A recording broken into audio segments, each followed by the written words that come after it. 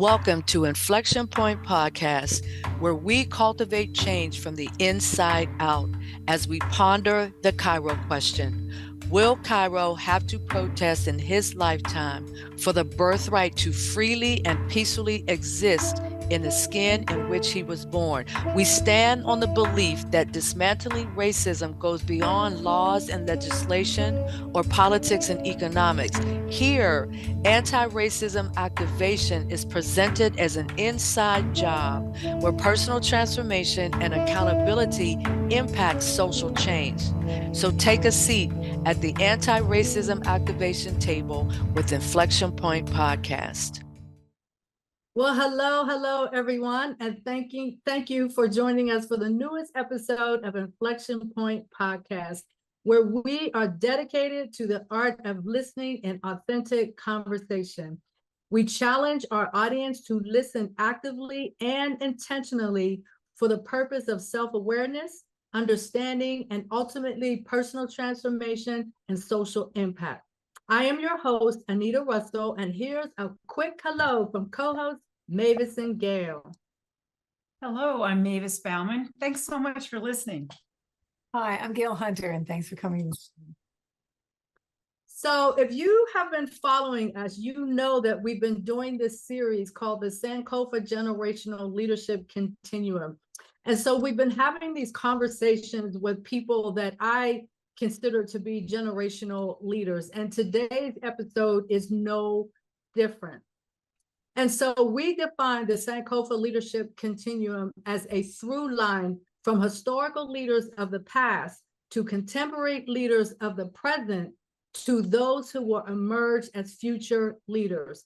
So we meld together historical and contemporary reality, and through this through line inspires resistance, activism, art, literature, ethnography, research, all designed to fuel transformation. So we are very blessed to have a very special woman as our guest today. Her name is Jen Franks Ahaghotu. Jen Franks Ahaghotu, excuse me. So she is a Harvard College graduate and founder and CEO of Disruptive Truth LLC.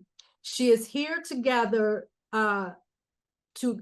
Black women together to speak their truth and change the world. Her current project is called the Black Woman World Record, and it honors the educational achievements of Black women.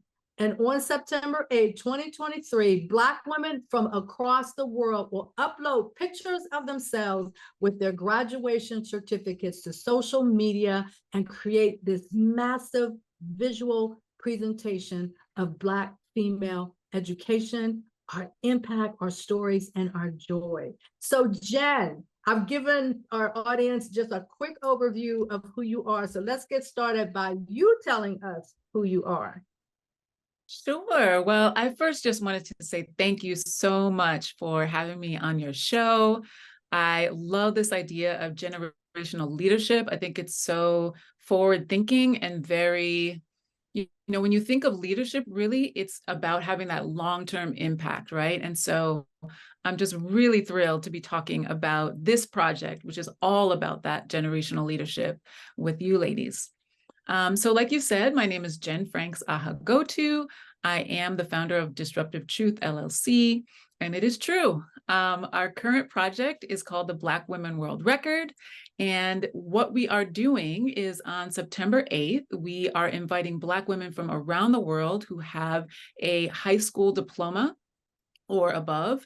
And we are posting pictures of ourselves with those certificates, with those diplomas, to have this massive visual representation of the achievements of Black women online. And it is unprecedented. It is a world first.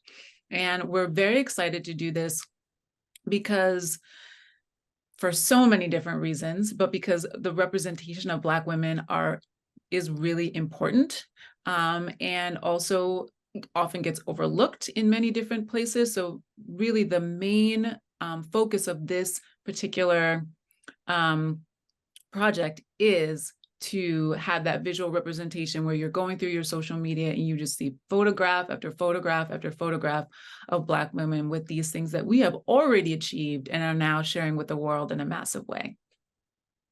Excellent, excellent. All of that sounds so incredibly exciting, and it aligns so well with our Sankofa Leadership Continuing in the series of conversations that we've been having. So can you talk to our audience and tell them how your work as a disruptive truth teller aligns with generational leadership? Yes, yes. So yeah, let's get into that. So disruptive truth telling is really all about, it starts with an inner disruption, right? So it's not so much about trying to change everybody else. It starts with, well, who am I really? What is it that I want to say? What is it that I want to put into the world in a really deeply honest way? And that may or may not sound disruptive to you, but I will say that in my own life, and then also with many of the women who I've spoken to, really getting deep down to what it is that we really want and what it is that we really have to say is not something that we are accustomed to doing. It's not something that we necessarily learn from others. Oftentimes we're learning how to be and how to act in the way that other people want us to. And so that disruption starts from within. And then that connection to generational leadership, I think, you know, what it really is that when I think about generational leadership, I think about it on a very deep level, right? So it's not, listen, leadership is important, and we have all known leaders, and many of us have been leaders in some form or fashion. But when I think about generational leadership, it's almost like I can feel that in my gut. Do you know what I mean? It's like, we're not just talking about moving up the corporate ladder, for example. We're talking about something deep and fundamental that has to do with a through line, like you were saying, from our ancestry to future generations. And so when you explore and then choose to speak your disruptive truth, it's coming from that place, that ancestral place, that generational place, that place that disrupts you in a way that can then disrupt, disrupt ancestrally, and then also down into the future. So yeah, I think that's the connection when I think about it. Excellent, excellent. So I actually want to read a quote, and this is a quote from the Shine Out Loud interview that you had done. And I think this quote really, really speaks to what you just said. And here's the quote: Jen is a disruptive truth teller.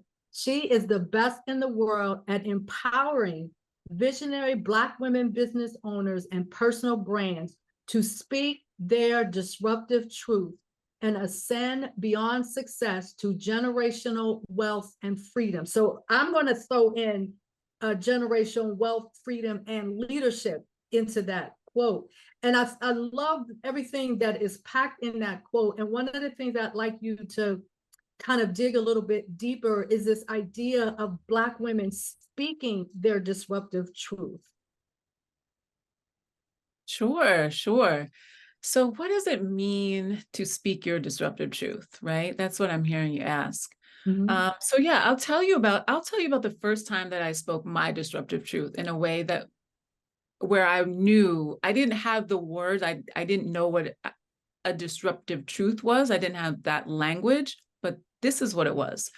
So I was working in New York City, and I was working in central offices in New York City and working on this major project that was working with 250 schools every single year that went through this program. And it was all about helping those schools to improve, right? In various different ways. And it was this incredible project, and I love working on it. And so we had a team of folks who worked on that project and then went out into schools to help the schools to improve. And, you know, just like many cities, and New York City in particular, you can't have a conversation about working on and improving schools unless you are talking about race, period. It needs to be talked about. It's there whether you say it or not, right? So we had gotten to the point with this program where we really needed to talk about race. That needed to be an important layer on the way that we were creating the program.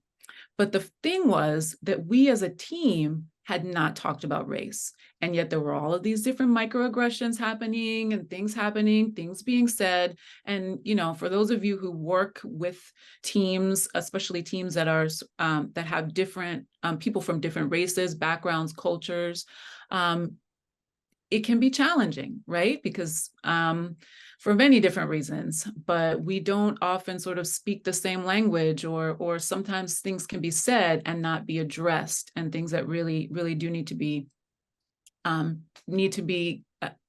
given an opportunity. People need to have the opportunity to talk about them and to say what's happening, say how they feel.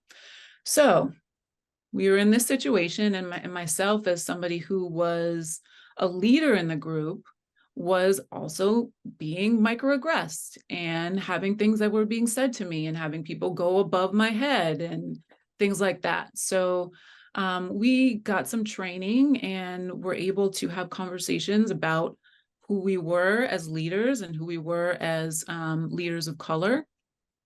And I remember the very moment, so I had sort of been having private conversations about this, and it was time for me to share how I really felt with our entire team. So imagine we're sitting around in this circle. There are about, I would say, 30 people in the circle, and, you know, people from different races, different backgrounds. And I remember, you know, being given this permission, this opportunity to say, look, I, as a leader in this group, do not always feel like I'm being respected. And I have people who I am supporting, who I am, you know, I am their supervisor, and I don't feel safe. And they're microaggressing me. And I'm saying to the people who are doing this to me.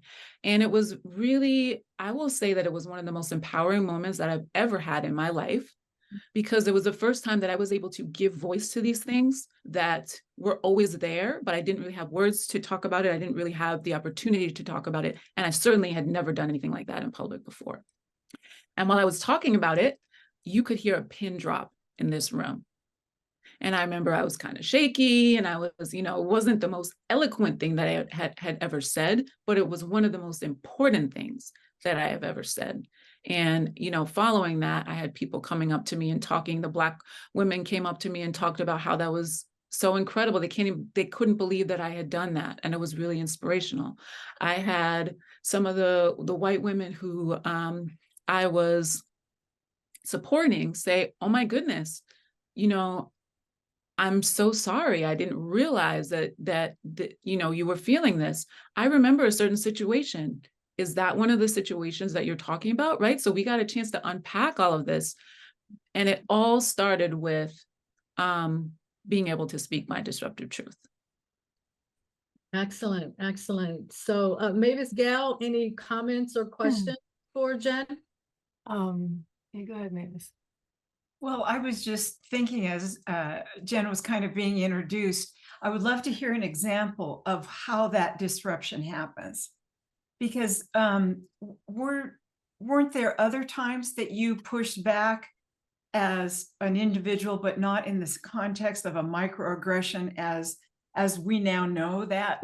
We now know microaggressions to be, because I just always think of myself as a white person who may not know what is a microaggression to a Black person.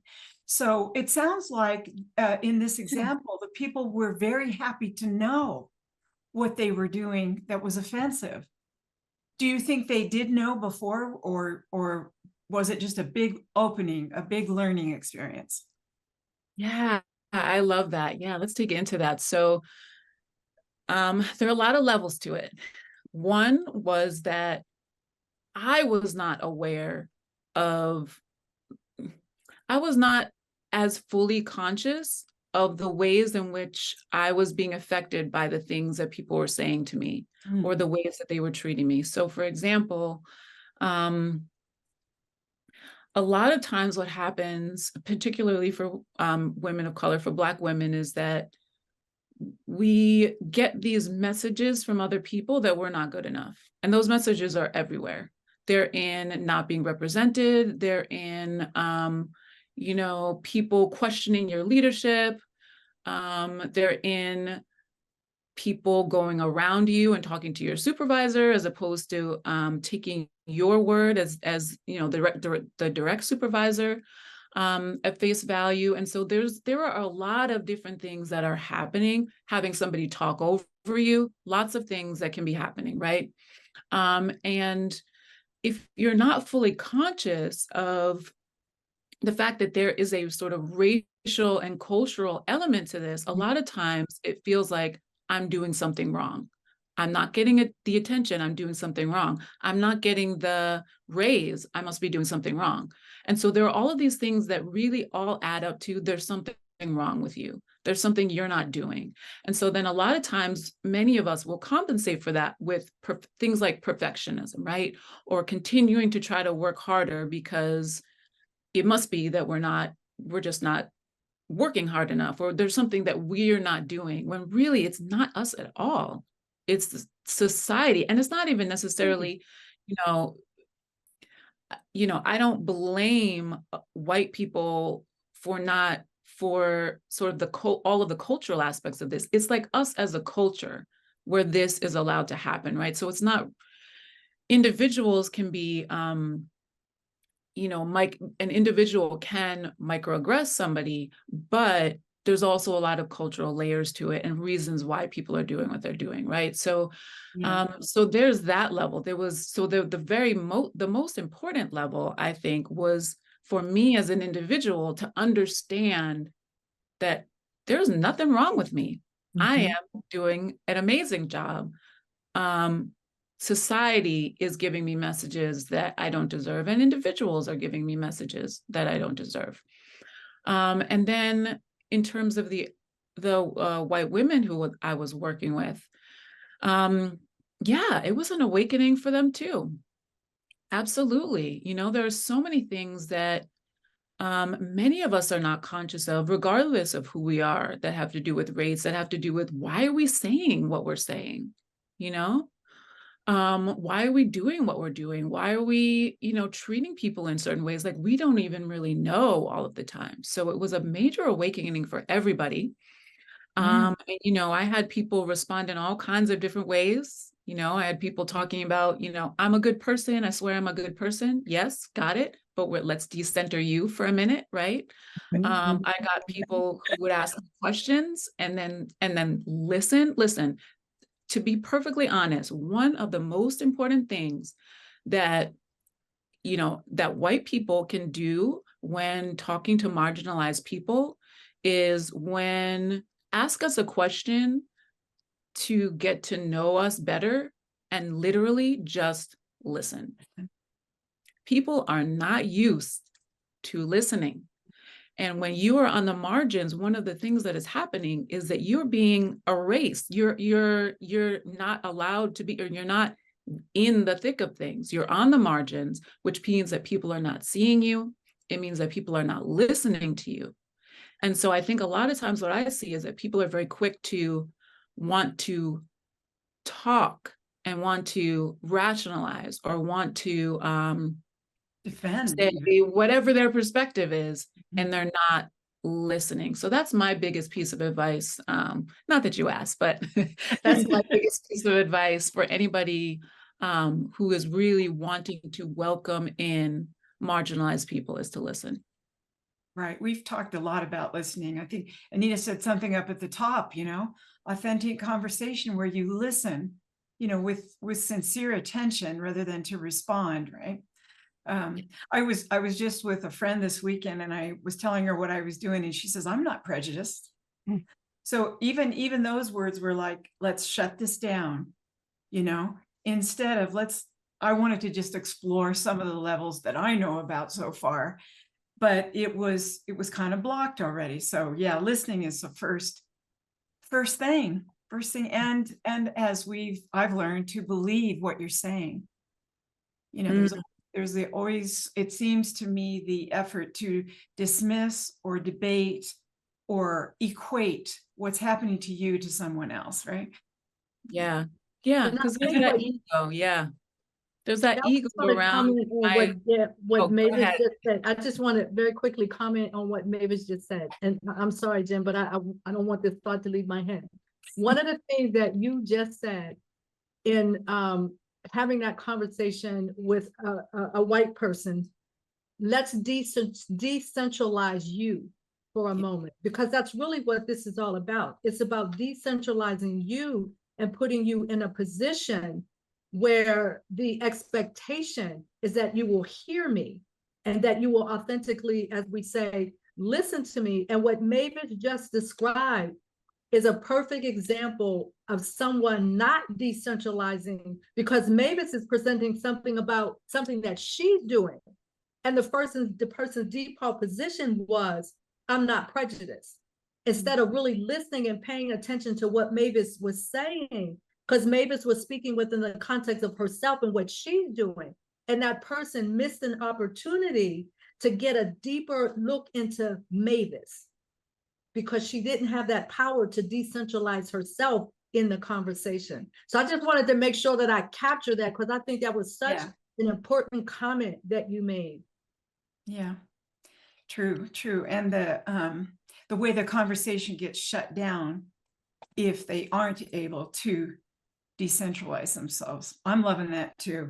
Thanks, Jen.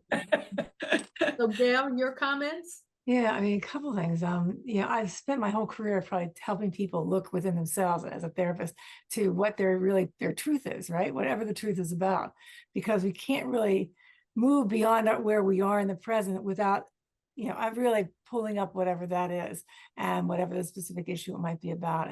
And so it is so crucial. And I really believe when we do our work, we heal those before us and we heal those that come after us, right? And so that what you're talking about is really the ability to use one's voice and to speak that truth, that disruptive truth, as you call it.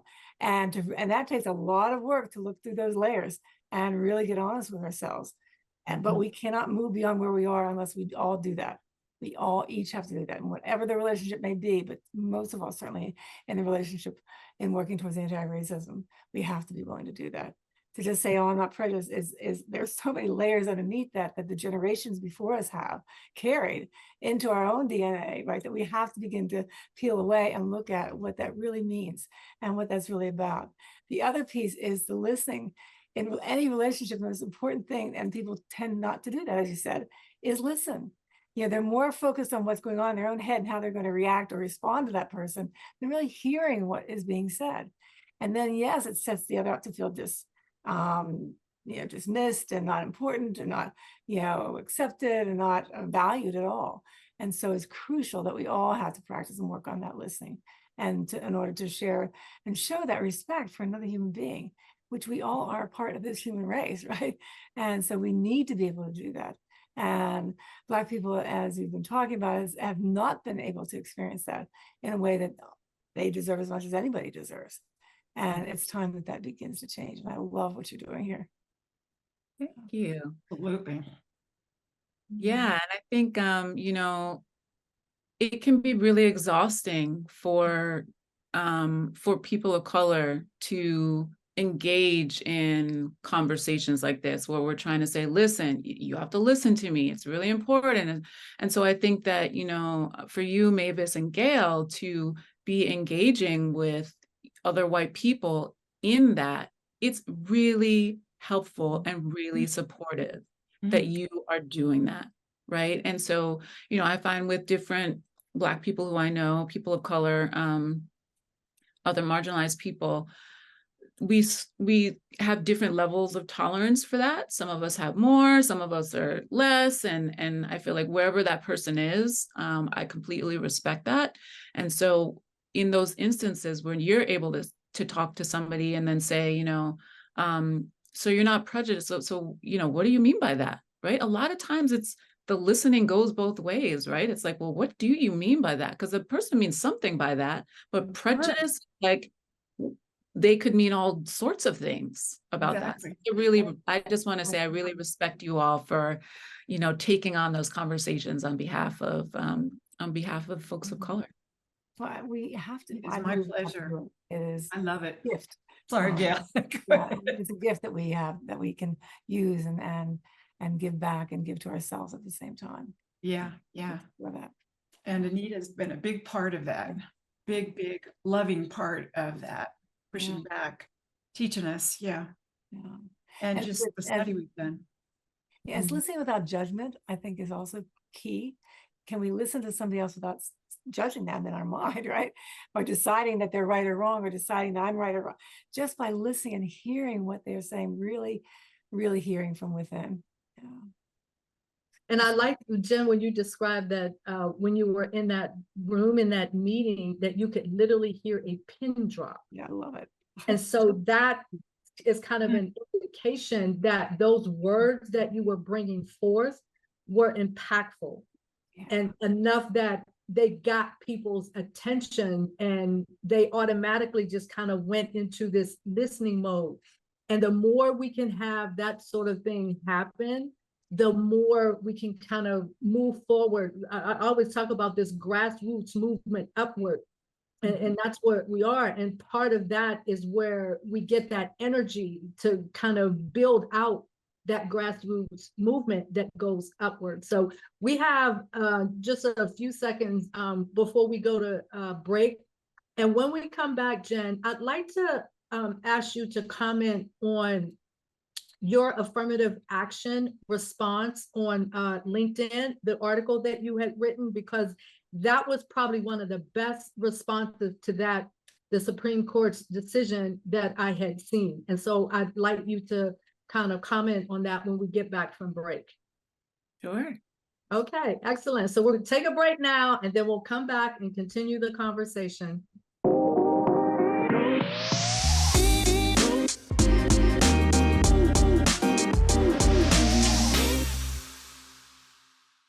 So welcome back to Inflection Point Podcast and our series of discussions on the Sankofa Leadership Continuum.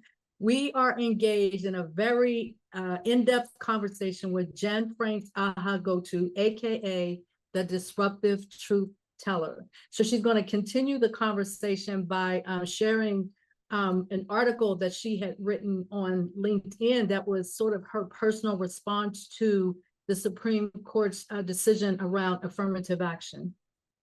Yeah. Ooh, I just want to start by saying I remember, and it wasn't that long ago, but in you asking that question, like I am being transported back to that moment when I saw the news. I think I saw it on my phone about the reversal of affirmative action. And it's just one of those things that, and we were talking about this in the break, that there are just certain things that you hear or see or experience that you feel like runs through you, right? Like it's you have this visceral reaction to it that's undeniable. And, reading that news item, I first felt it viscerally, right? So I was like, wow, I don't even have words yet to describe what this means to me, but I know it means something very profound.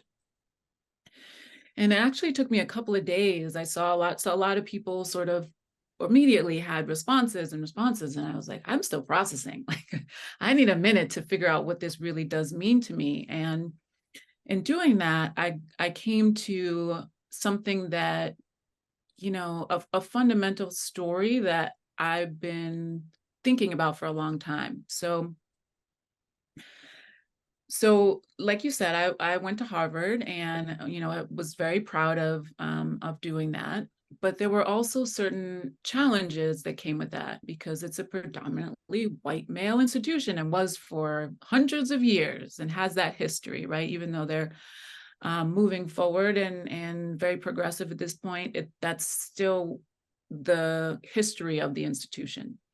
And getting into Harvard is a hard thing to do, right?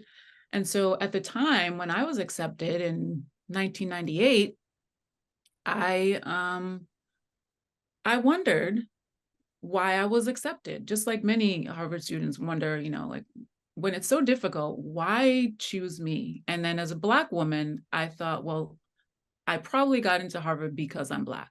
right? And that was something that, you know, it really haunted me for a long time, because whenever you're in a space and you're in a community, you want to feel like you're of that community. You want to feel like you belong. You want to feel like there's a space for you, like you're not some sort of imposter or somebody on the margins who just got in on a technicality or something like that, right?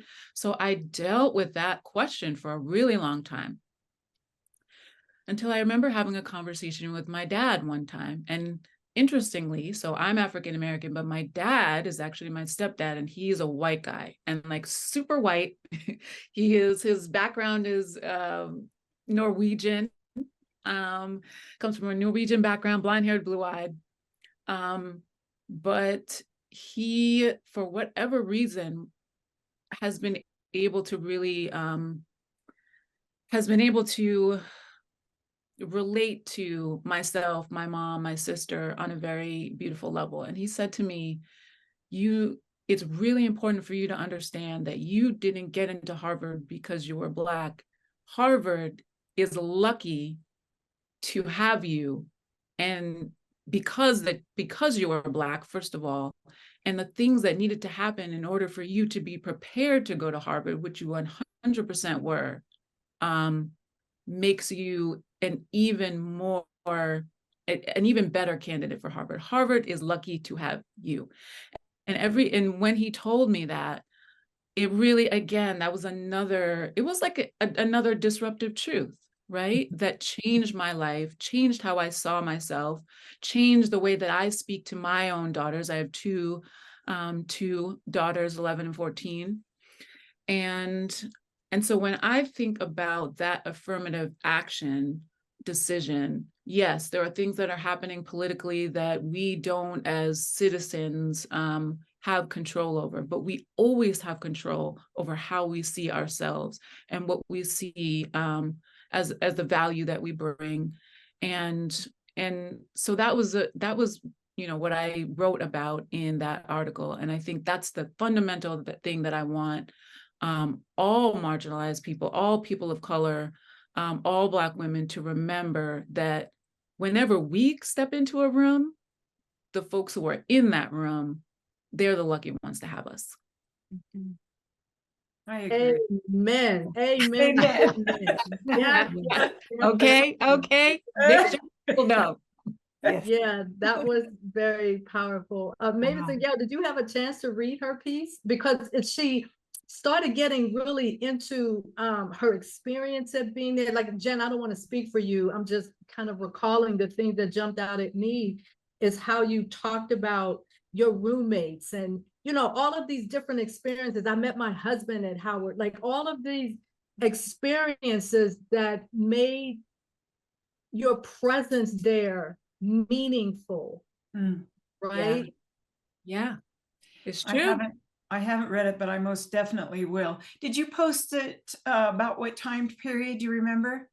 Oh gosh, I want to say it was a couple days after the decision. Okay, I'll go back further. I couldn't find it. Okay, very good. That's brave. That takes courage. Even that, I'm sure that piece was disruptive in and of itself.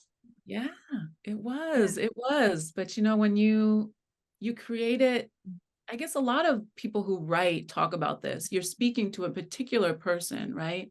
Particular individual. And when you do that, it could be you or it could be somebody else who you really care about.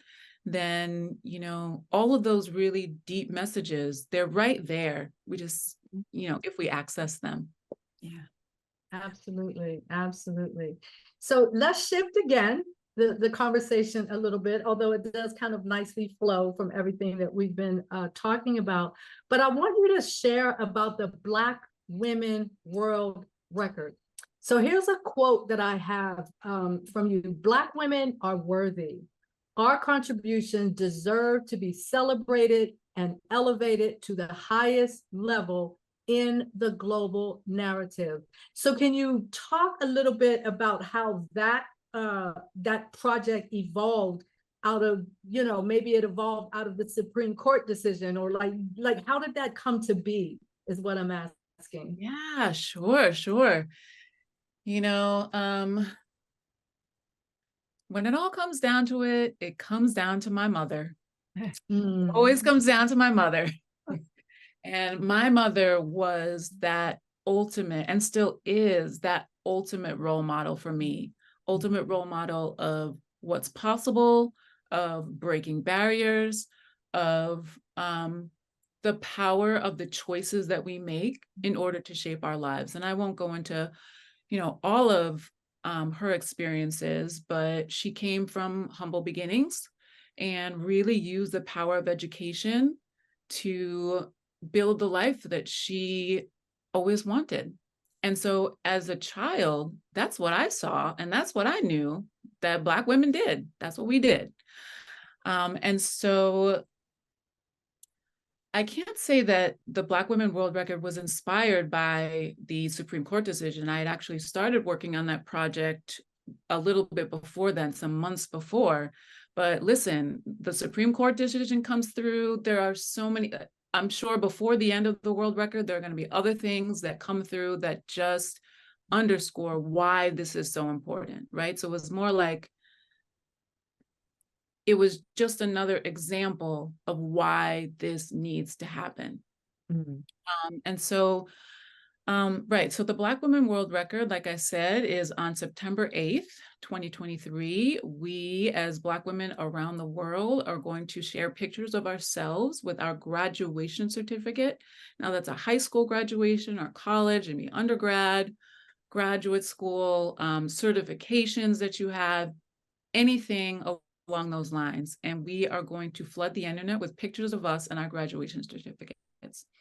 So the whole point of it is this visual representation. And, anybody who is into any sort of art, right, or any sort of kind of visual expression knows how powerful visuals are. Whenever you think about, people who have inspired you along the way, no matter who you are, a lot of times it helped to see somebody who you related to, somebody who meant that you could do it for yourself. And so this is really all about that visual representation at the surface.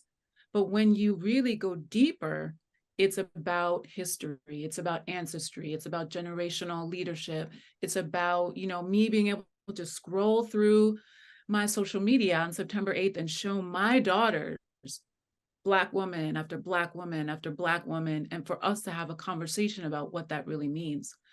I'm like getting emotional about it, but I just got off of a call with women who have signed up to participate in the world record, and just hearing their stories, right? So that was the whole purpose of the call. Let's hear your stories. Again, that listening piece. And then we take action, right? We invite more people into it. And, it got emotional, and people talking about all different experiences. Anybody from, people who went to Harvard with me, who were like, I didn't always feel like I belonged there, to women who are at 75 years old getting their associate's degree because it was always a dream of theirs. So, I can't even remember exactly what your question was, but I will say that the Black Women World Record is really about representation. And it's about us creating our own visual of who it is that we have always been on our own terms. That is so incredibly powerful, because one of the things when sort of looking at where we are now with this whole thing with the Sankofa Leadership Continuum and this whole thing of history, like I look at Inflection Point podcasts through that lens of racial literacy, historical literacy, but also visual literacy. And so these images and these pictures, because if you think about, there are certain iconic images that when we think about, for example, the civil rights movement, there are these iconic images that have just been there, and people can look at those images, and those images can speak to us, right? And so that's what I see as the power of the way you selected this to be this visual kind of thing, because it will add to people's visual literacy as people are digging more and deeper into some of the issues with inequities and inequalities and how we're going to move forward to fix some of these things, right? So you're really contributing to something amazing. Oh, And thank you. what you've done, you've given every woman that's going to be showing their picture the ability to feel empowered, right? And to say, I matter, and who I am is important, and this is what I've accomplished. I mean, that's just incredible. Yes, and it's just who you are today. You Right. don't have to be better. You don't have to do Mm. more. It's Exactly. an appreciation of what you have already done, and I think that that's so Wow. important. And then relating to the visual, like, so we've chosen the birthday of Ruby Bridges, and so many of us know the picture of her, between these federal marshals, Right.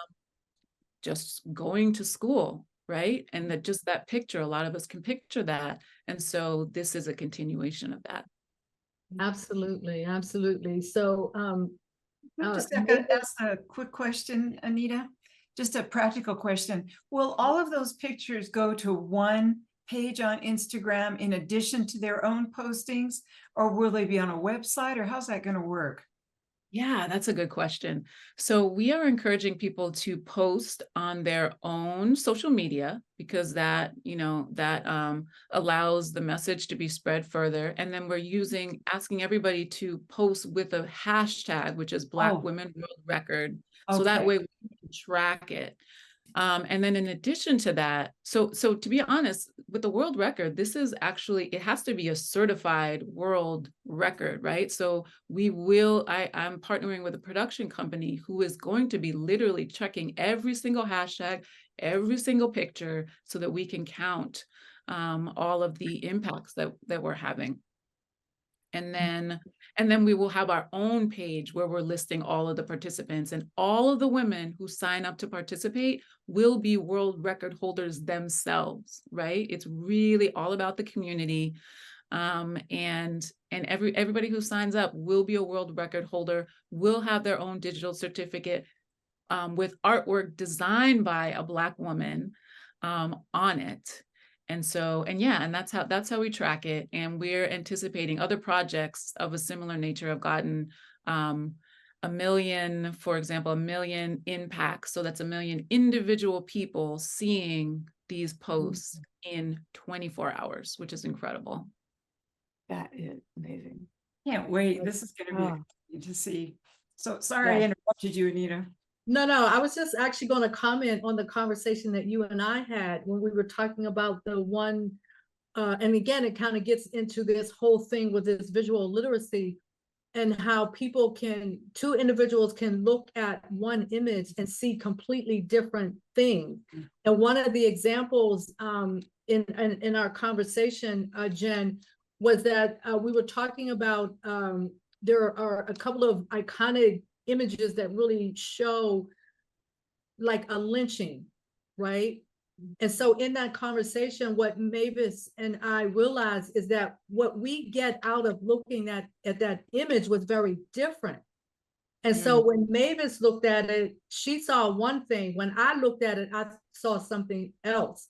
And what Mavis saw, and I don't want to speak for you, Mavis, but I'm just kind of paraphrasing a little bit of what you said, is that her focus was on the Black man that had been lynched and killed and all of that. And while I obviously saw that, but my focus was on the smiles that I was seeing on the white people's faces after they've done something so horrendous to another human being. So again, just really saying all of that to say that that power of the visuals, I think today is so valuable when you think about, videos and all kinds of things that we are, that are more visual. And now we're putting out things that really have the capacity to increase our visual literacy. Yes, exactly. Oh, that's so interesting. Because I know, as I've been researching Ruby Bridges, just the part that I really feel, again, is like the people who were there, and the white people who are, you know, yelling at her and screaming at her, and you know, all of these, we won't, you know, we don't need to go into all the details about that, but yeah, just the context, right? That she was in. So that's very interesting. Yeah. Yeah. It's so many things, and why it's so wonderful for us to have these conversations, because then we get to have more context and more deeper understanding And through awareness. conversations with each other. And Absolutely. awareness of what Absolutely. we need to be aware of, right? What we need to be actually really looking and seeing. And yeah. Mhm. And our time is winding down at this point. So I want to make sure, Jen, that whatever your call to action is, that you kind of put that information out there, website, LinkedIn, whatever it is you want to put out there for our audience, so they can kind of connect with you, follow up with the project that you're doing, and all that. Yes, thank you. Thank you. So with the Black Women World Record, the call to action is to join us. So again, we are inviting Black women who have a high school diploma and above, undergrad, graduate, certifications, all of those things. We want to be, you know, you're all invited, and you can go to our website, which is blackwomenworldrecord.com. And I know there's a link around here somewhere. And sign up. All you need to do is add your name and your email address, and then you are signed up. And we've got a Facebook group. Like I said, we are building community. We are listening to each other's stories. We are interviewing women who are part of the project. So we're trying to find as many ways as possible to tell our stories and to have people hear our perspective and hear from us, and for us to hear from each other. So if you are a Black woman with a high school diploma and above, please join us. We are here for you. We are ready for you. We are, you know, opening our arms, and would love to have you in the community. Now, if you are somebody who wants to support the project, I mean, I honestly have been so touched by the outpouring of support from so many different people.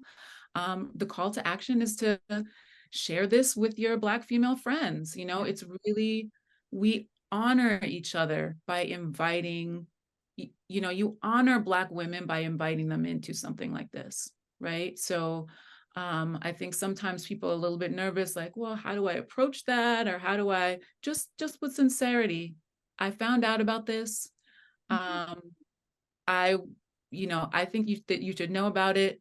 Here, sign up if you're interested. And I can't necessarily be a part of it, but I think it would be amazing for you to be honored as part of this project. So, so anybody can do that. So either sign up, honor somebody by inviting them in to sign up. And we are going to be making history on September 8th. Look out for the hashtag Black Women World Record. Show some love on our posts, and yeah, we're going to do amazing things. So look out for September 8th. Excellent, excellent. So Jen, I want to thank you so much for coming on Inflection Point Podcast and kind of sharing your story, sharing your message. And I'm hoping that people will definitely go to the website, check out the hashtag Black Women World Record, and just support this amazing project. So we are just about out of time for this episode. So I'd like to leave our audience with this challenge quote. And this quote comes from Harlem Renaissance poet Langston Hughes. Hold fast to dreams, for if dreams die, life is a broken winged bird that cannot fly.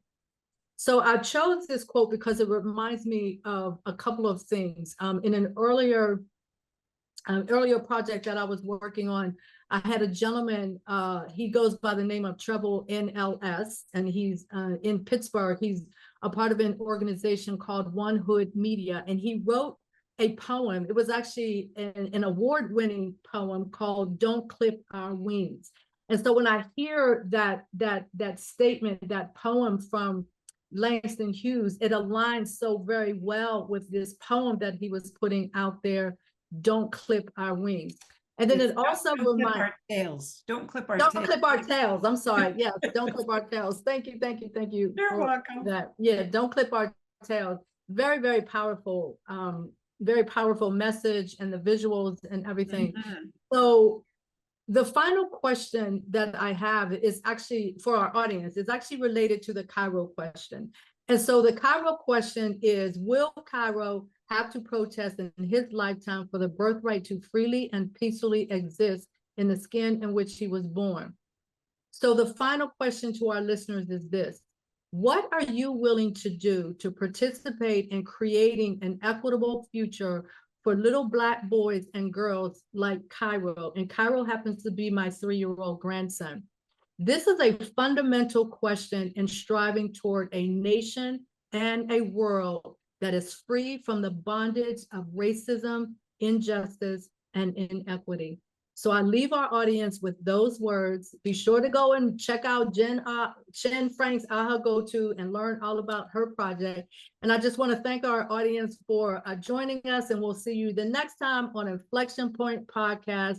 We are here every first and third Wednesday at 3 p.m. Pacific time, 6 p.m. Eastern time on Transformation Talk Radio, and we will see you at the next episode. Thank you for listening to Inflection Point Podcast, where our mantra is cultivating change from the inside out. The journey towards anti-racism and social change doesn't stop here. Truth, reconciliation, and healing come from ongoing, open, honest, and deliberate conversations. Continue to dive in and deconstruct your thoughts, ideas, and beliefs as we band together to manifest social change. Tune in to Inflection Point Podcast every first and third Wednesday at 3 p.m. Pacific, 6 p.m. Eastern, here on TransformationTalkRadio.com for more conversations about how we can cultivate change from the inside out.